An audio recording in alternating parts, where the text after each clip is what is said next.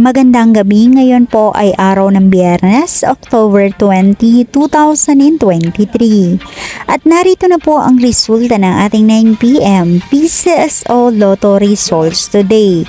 At para po sa draw natin ngayon ay ang Ultra Lotto 658, ang Mega Lotto 645, ang 4D Lotto, ang 3D Lotto at ang 2D Lotto.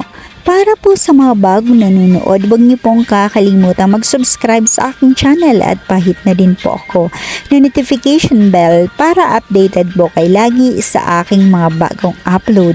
At para naman po sa update ng ating Lotto winners, i-post ko po siya under our comment section. Maraming salamat po.